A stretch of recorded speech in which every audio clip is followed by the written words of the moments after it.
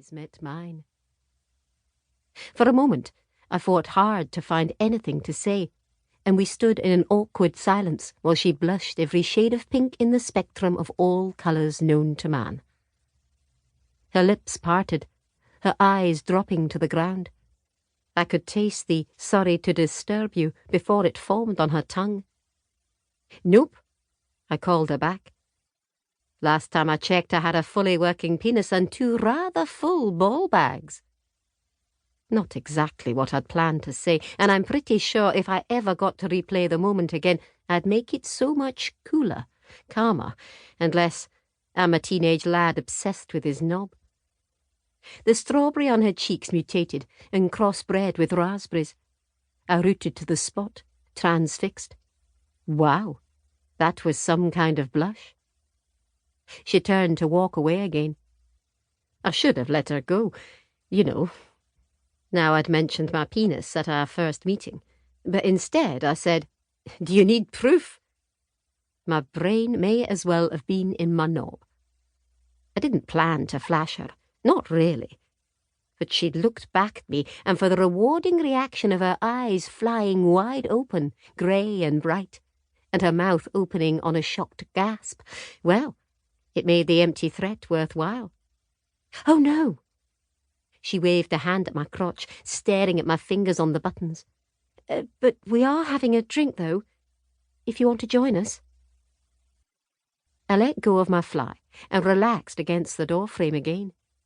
Her eyes were on me, but then mine were dancing the same path on her. Officially, she came in as the smallest person I'd ever met. She seemed fragile, delicate. With a quick movement, she tucked a strand of blonde hair behind her ear.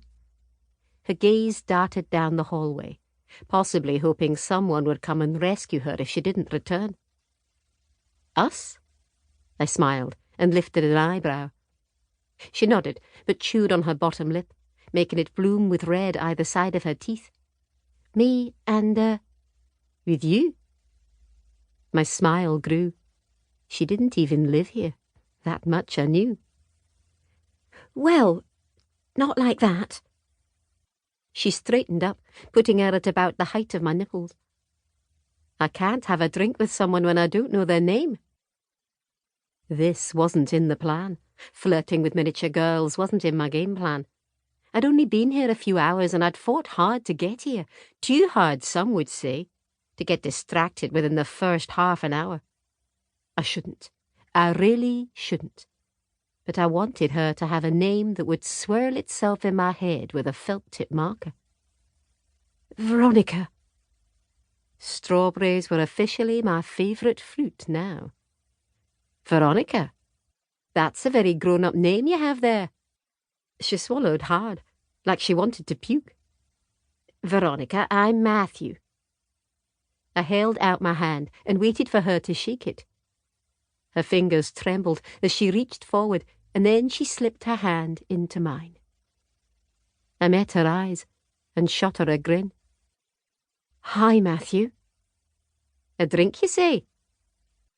"Sorry." She shoved a hand through her hair, but then must have remembered she had a band in because she grimaced. I watched, mesmerised, as she yanked out the band and shook out pale blonde strands.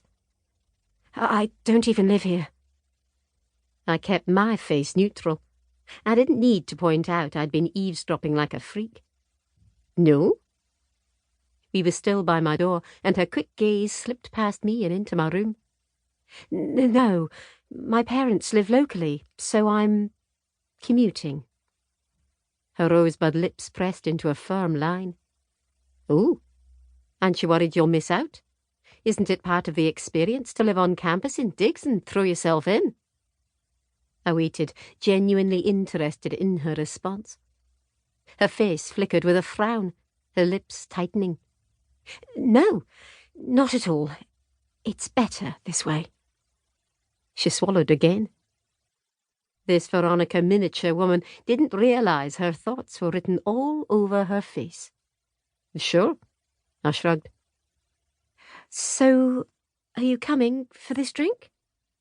She glanced over her shoulder again, her back up.